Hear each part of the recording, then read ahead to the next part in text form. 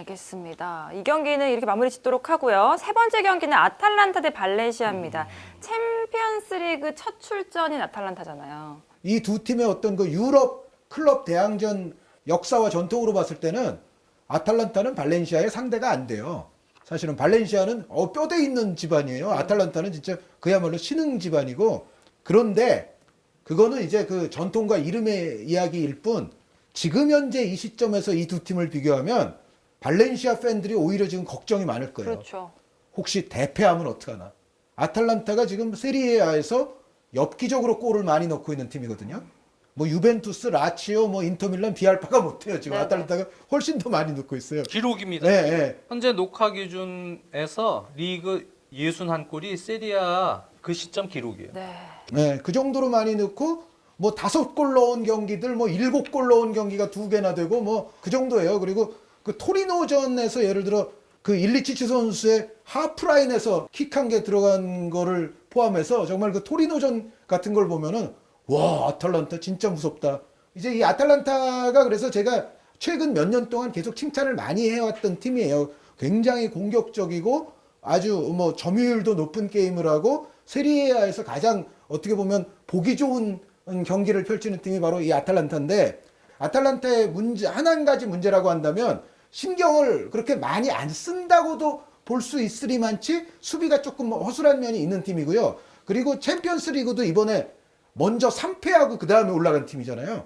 기복이 좀 심하죠. 네. 그래서 공격력이 아주 화끈하고 강렬한 대신 수비적인 약점, 그리고 경기에 따른 기복의 약점, 이런 부분들이 조금 있긴 있어요. 그런데 지금 봤을 때는 아무리 아탈란타가 그런 약점이 있다 손 치더라도 발렌시아의 최근 경기력이 또 너무 좋지가 않아요. 그렇죠. 그래서 아탈란타 같이 그렇게 적극적으로 라인을 끌어올리면서 밀어붙이는 팀한테 과연 발렌시아가 그 후방 공간을 노리면서 철퇴를 때리는 데에 성공을 할 것인지, 아니면 최근 발렌시아가 계속 보여왔던 좀 안 좋았던 경기력처럼 그 상대의 높은 라인 압박에 자신들의 어떤 플레이라든가 탈압박을 전혀 하지 못하면서 계속 휘말리면서 아탈란타에게 오히려 많은 골을 허용을 할 건지, 제가 봤을 때는 이 경기는 K리그 전통과 역사로 표현을 할게요. 닭공과 철퇴의 대결이거든요.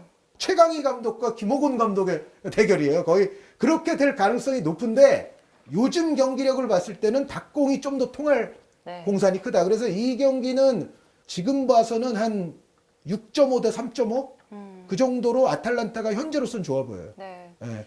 그래서 일단은 저는 아탈란타 쪽에 무게를 싣고 싶습니다. 네. 예. 두 팀의 상황을 봤을 때 어떻게 보면 토너먼트라는 게 또 더 영향을 주기도 할 것 같아요. 그렇죠. 아탈란타 또 홈 경기이기 네. 때문에 아탈란타는 기존의 공격적인 압박, 적극성, 윙백들도 상당히 공격적이고, 요즘 고센 선수가 아주 잘하죠. 왼쪽 윙백인데 하테부르 선수와 더불어서 하테보로도 뭐, 잘하고요. 또 좌우 다티는 카스타뉴 같은 윙백도 있어요, 물론. 근데 카스타뉴가 그래서 오른쪽에 나오는 경우도 있는데 하테보로 대신. 공격에서는 뭐 한효님이 항상 칭찬하시는 일리치치 선수가 정말 수비들 이렇게 싹 끌어가지고 왼발로도 어시스트도 잘 넣어주고 본인이 골도 잘 넣어주고, 그러한 마무리 찬스 메이킹을 잘하고, 또 알레한드로 고메스 선수가 공격형 미드필더에서 움직임이 좋잖아요. 네.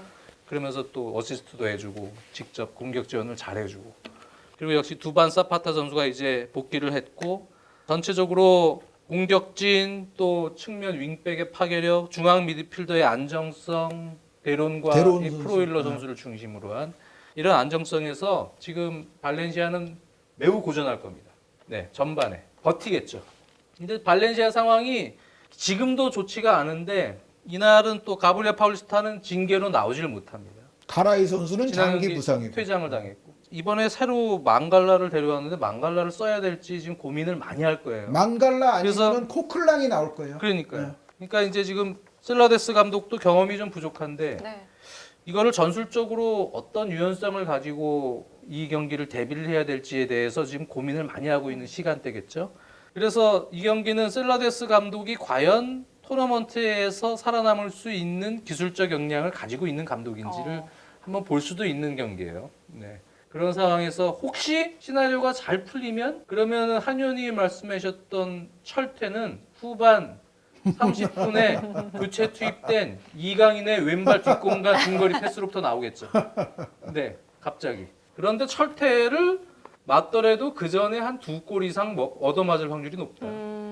지금 상황에서는 그만큼 아탈란타는 뭐 지금 세리아의 기록을 세우고 있는 득점 파괴력, 공격력이 있고 수비 라인도 제가 볼 때는 이 팔로미노, 뭐 톨로이 이런 라인들이 전반기에 엄청 못했는데요. 네. 그나마 조금 나아지고 있어요. 그나마. 그러니까 지금은 최악의 상황의 때보다는 좀 나은 편이에요. 수비도. 그러니까 지금 전체적으로는 아틀란타는 좋은 페이스에서 지금 홈 경기를 맡고 있고 발렌시아는 본인들이 그걸 안다는 것 자체가 지금 어떻게 보면 하나의 기회입니다. 지금 자신들이 들어가면서 야 이거 한 수 접고 들어가자. 이렇게 알고 들어가는 게 오히려 기회가 될 수 있다는 얘기예요. 모르고 들어갔다면 아마 쳐맞았을 거예요. 그러니까 왜 이렇게 오늘따라 우리를 처음 언더독으로 맞았다는 게 인지하고 들어간다. 그렇죠. 네. 찰지네요. 사전 인지는 중요한 것이다. 네. 네. 그래서 이제 그런 상황에서 셀라데스 감독의 역량이 어떻게 나올지 그게 좀 궁금합니다. 알겠습니다. 자, 마지막 경기를 가보겠습니다. 이 경기 토트넘과 라이프치히 무리뉴가 겨울 휴가를 반납하고 라이프치히 경기를 직접 찾아 나서면서 모자를 꾹 눌러쓰고 지켜보더라고요. 뭐 웜업까지 지켜봤다 이렇게 얘기를 하던데 많은 거를 좀 생각하고 있겠죠. 요거는 장 의원님부터. 장 의원님 어차피 하실 경기라고 생각이 돼요. 이거요? 내가 이게 예전에 조세 무리뉴 감독 얘기할 때 최근에 막 급변한 현대 축구 트렌드에서는 조금 떨어져 있는 감독이긴 하지만 역시 경기 하나하나의 토너먼트 단계에서 그걸 대비하는 전략가적인 모습은 여전히 갖고 있어요. 나겔스만 감독이 어떤 식으로 나올지에 대해서는 잘 모르겠습니다. 저는 워낙 다양한 그렇죠. 전술을 쓰는 뭐 3백, 4백 또 4백에서도 또 여러 유형의 전술 운영을 하고 있는 감독이에요. 어떨 땐 다이아몬드 사사이 폴스9처럼도 운영이 되고 폴스베리 반영해서 그냥 어떨 때는 그냥 4-2-3-1처럼 운영하고 또 4-2-2-2처럼도 운영하고 뭐 진짜 여러 가지 유형의 약간 언밸런스한 4백도 운영하고 3백도 운영하고 선수들도 위치를 멀티플레이어들을 활용해서 중앙도 보게 하고 윙백도 보게 하고 뭐 여러 위치로 바꿔가면서 활용을 하는 감독입니다. 기본적으로 저번에도 얘기했지만 나겔스만의 감독의 축구는 기본적으로는 공을 중심으로 하는 축구예요. 공을 중심으로 팀 전체가 자신의 위치에 따라서 거기서 순간적으로 스위칭이 되고 공을 중심으로 팀 압박이 들어오고 그러한 역동적인 축구를 하는 감독이고 그 빠른 전환을 요구하는 감독입니다. 그런데 과연 조세 무리뉴 감독은 쭉 경기들을 볼 거 아닙니까? 나겔스만 감독이 또 어떤 단점이 있는지 약점이 있는지 그래서 제 생각에는 또 홈 경기임에도 불구하고 점유율은 포기하고 뒤에서 알더웨럴트를 활용할 것이다. 롱패스. 네. 네. 그래서 알더웨럴트가 매우 중요한 선수가 될 가능성이 저는 높다고 보여지고요. 네. 롱킥을 활용해서 배우 측면 왜 중간을 거쳐서 측면이나 하나라도 거쳐서 갈 경우에는 순간적으로 들어오는 라이프치히의 팀 압박을 견뎌내질 못할 가능성이 저는 높다고 보여져요. 그만큼 현재 토트넘의 빌드업은 4백으로 나왔을 때나 3백으로 나왔을 때나 지금 그런 정도 속도의 팀 압박, 조직화된 팀 압박을 견디기 힘들다고 저는 생각을 합니다. 네. 그래서 라이프치히가 현재 팀으로서는 훨씬 좋은 팀이라고 보는데 무리뉴는 그걸 피해갈 거다. 네.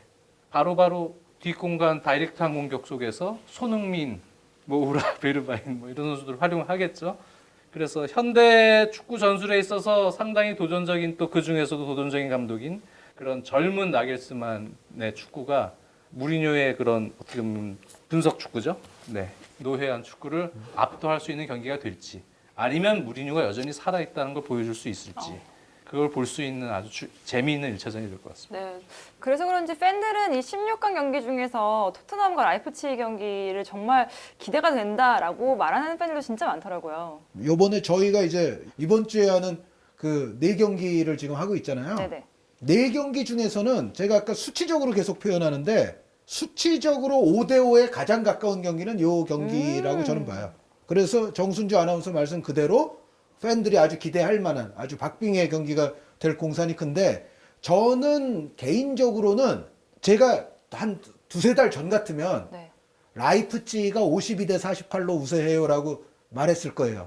근데 지금은 왠지 51대 49 로? 토트넘 우세. 혹은 50.5 대 49.5로 토트넘 우세. 그러니까 아주 백지 한 장이라도 오히려 저는 이 경기에서는 토트넘 선수들의 경험, 지난 시즌 정말 챔피언스리그 결승까지 오르면서 정말 맨시티를 거꾸로 틀리고 정말 많은 경험을 했잖아요. 물론 멤버가 약간 바뀌긴 했습니다만 대다수의 멤버들이 또 그런 경험과 기억을 갖고 있고, 나겔스만 감독이 물론 앞으로의 세계 축구를 이끌어갈 사나이들 가운데 한 명이긴 합니다만 제 생각에는 이 경기에서는 무리뉴와 토트넘 선수들의 경험이 지금 더 나은 축구를 하고 있다고 장 의원님이 표현하신 라이프치히보다는 승부에서 오히려 약간 우세할 가능성이 저는 있다고 봐요. 그리고 여기에 또 한 가지 이유를 제가 추가해 드리자면, 그 두세 달 전까지면은 제가 라이프치히 손을 들어줄 가능성이 높았다라고 얘기하는 것은, 라이프치히가 그만큼 잘 나갔는데 바이에른 뮌헨전에서 0대0 무승부 거둔 거는 그 경기는 뭐 괜찮았다는 생각은 듭니다. 그런데 그 바이에른 뮌헨전 이전까지의 최근 한 서너 경기를 봤을 때는 아주 좋았을 때만큼은 아니에요. 그러니까 미니 슬럼프, 완전 슬럼프는 아닌데 라이프치히가 약간 좀 하강 곡선이 분명히 최근에 있어요. 그런데 그렇다면은 이제 베르바인 같은 선수가 또 추가되고 로셀소 선수가 제 역량을 발휘하기 시작한 토트넘이라면 제가 봤을 때는 약간이라도 조금 나아질 공산이 있고, 라이프치히는 아주 좋았을 때만큼보다는 조금 내려와 있다. 주말 경기에서는 어떻게 됐을지 모르지만 티모 베르노 선수가 경기당 한 골 넣는 선수였잖아요. 최근 4경기에서 골이 없어요. 그러니까 티모 베르노의 골이 없어지면서 라이프치히도 득점이 팍 줄었어요. 아주 잘 나갈 때보다. 그렇다면 토트넘이 해볼만 하지 않냐. 한 의원님, 그 경험이라는 게 결국은 라이프치히가 자신들이 빌드업할 때도 미스가 후반기엔 좀 많아졌거든요. 네. 거기서 이제 경험이 나와야죠. 알겠습니다. 이렇게 이번 주에 펼쳐질 UEFA 챔피언스 리그 16강 4경기 먼저 살펴봤는데요. 과연 이 1차전에서 먼저 웃게 될 팀은 누가 될지 여러분들 궁금하시죠? 함께 지켜보시고 또 그 다음에 저희 원투펀치에서 얘기 나누시기를 바라겠습니다. 저 틀린 얘기가 많을까봐 걱정돼요? 벌써부터. 네. 뚜껑은 열어봐야 하는 법. 과연 어떤 결과가 나올지 여러분들 지켜보시길 바라겠고요. 저희 인사드리도록 하겠습니다. 정순주가 10회 연속 올킬하는 그날까지 한준희 장지현의 원투펀치는 계속됩니다. 안녕히 계세요.